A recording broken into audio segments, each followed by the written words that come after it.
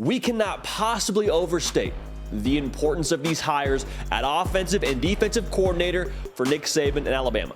Set the table just a little bit. Bill O'Brien was the OC for Alabama this past season and is now going to be the OC for the New England Patriots. Pete Golding was your DC. He's now headed to Ole Miss. So you have not one, but two coordinator positions that are wide open in Tuscaloosa. And like I already said, we cannot overstate the importance of this for Alabama for 2023 and beyond. Let's start with 2023, though. And when you look at what the 2023s and should be, or could be rather, there's so much pressure around it. Yes, Alabama lost 2 games, and yes, they didn't play for the SEC title or achieve their standard. But even so, there is so much pressure around Alabama because of what they have in-house. They have 5-star ingredients, Alabama.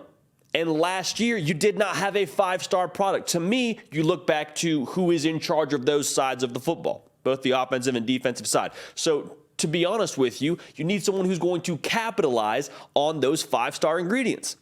Last year, like I said, 2 losses, didn't win the SEC, won a New Year's Six bowl game.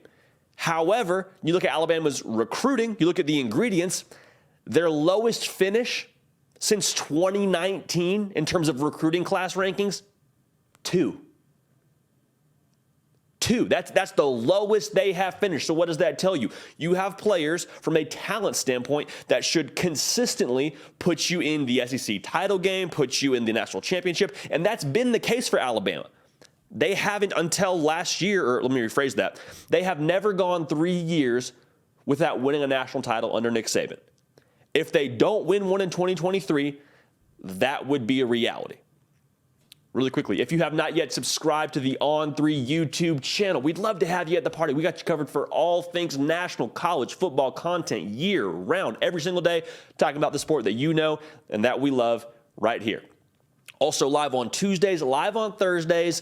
Make sure you're locked in, 1 Central, 2 Eastern. We have a good time. Come get in the live chat, and we'll get after it.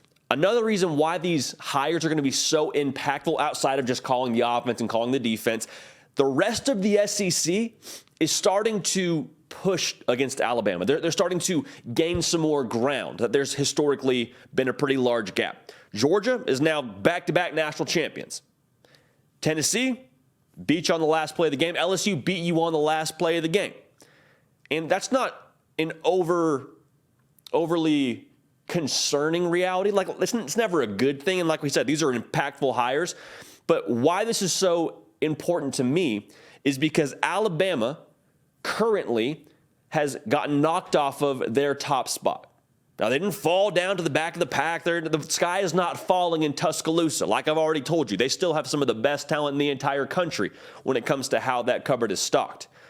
But whenever you get knocked off your top spot, you're just as close to getting back to the first place, getting back to the top of the mountain, as you are blending in with the rest of the pack.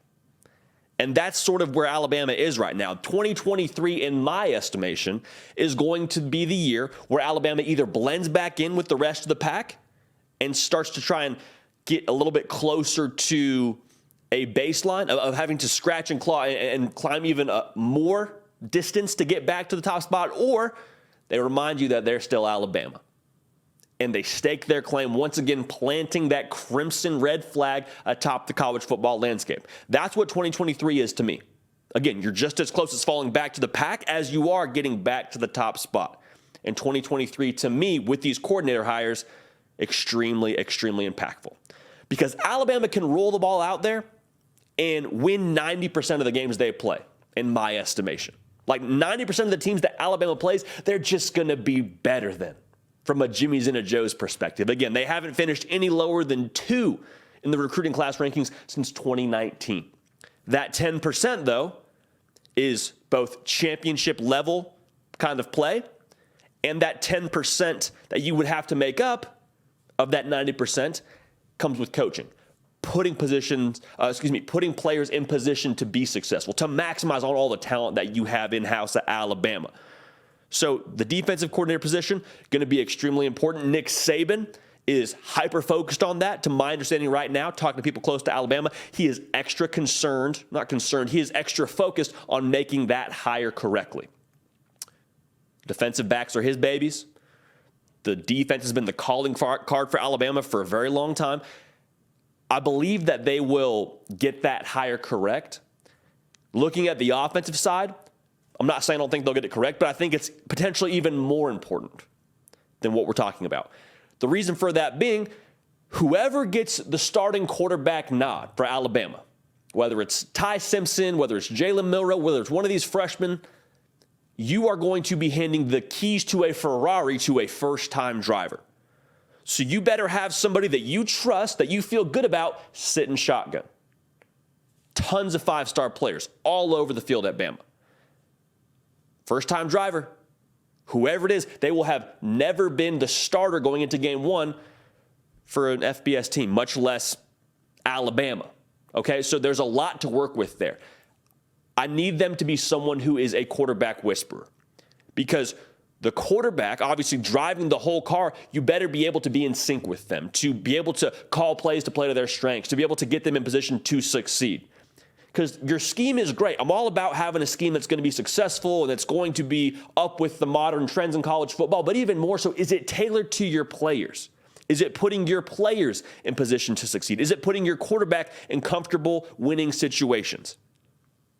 Are you synced up well enough with that quarterback? Are you synced up well enough with that first-time driver to help them drive this car to the standard that is set in Tuscaloosa? It's a high bar. Do not get it twisted. The bar has not been changed at all in Tuscaloosa. It is still win the SEC, win national titles. That's the way it goes in Tuscaloosa. And Nick Saban has demanded that kind of pressure based on what they've done on the field the last few years there. So for Nick Saban in Alabama, they have 2 coordinator hires in front of them. There will be no shortage of big names that are a part of this search and a part of the rumor mill around Tuscaloosa. But like I said, you cannot overstate the importance of this. 5-star ingredients in Tuscaloosa. They recruit better than anybody else in the country. Put somebody in place on offense and defense to get the most out of those sides of the football. The rest of the SEC starting to scratch and claw and gain some ground on Alabama. Alabama's still Alabama, but the coaching, the individuals in charge of the offense and the defense have to push this roster that's so talented just 10% more to get them back to national title kind of contention. Georgia's won the last 2. Alabama is no longer the king of the hill. They are just as close as falling back to the pack as they are winning another national title. And 2023, to me, will determine that and will give us a good gauge for Bama going forward. Whoever's the offensive coordinator, you are sitting shotgun in a Ferrari with a first-time driver. That, to me, is the most important hire for Alabama going forward. Not to shortchange the DC position as well, because that's enormously important. Can't overstate the importance there. This has been The Hard Count. We appreciate you rocking with us. Nick, Break, Lift, and Heavy, this is your show. Everything, like I said, that you know about this sport that we love so much, we talk about it every single day here on the On3 YouTube channel, so make sure you're subscribed. We're live on Tuesday and Thursday, 1 Central, 2 Eastern. We have a real good time there. Would love to have you a part of the party. We're going to keep the party rolling, and we will see y'all next time.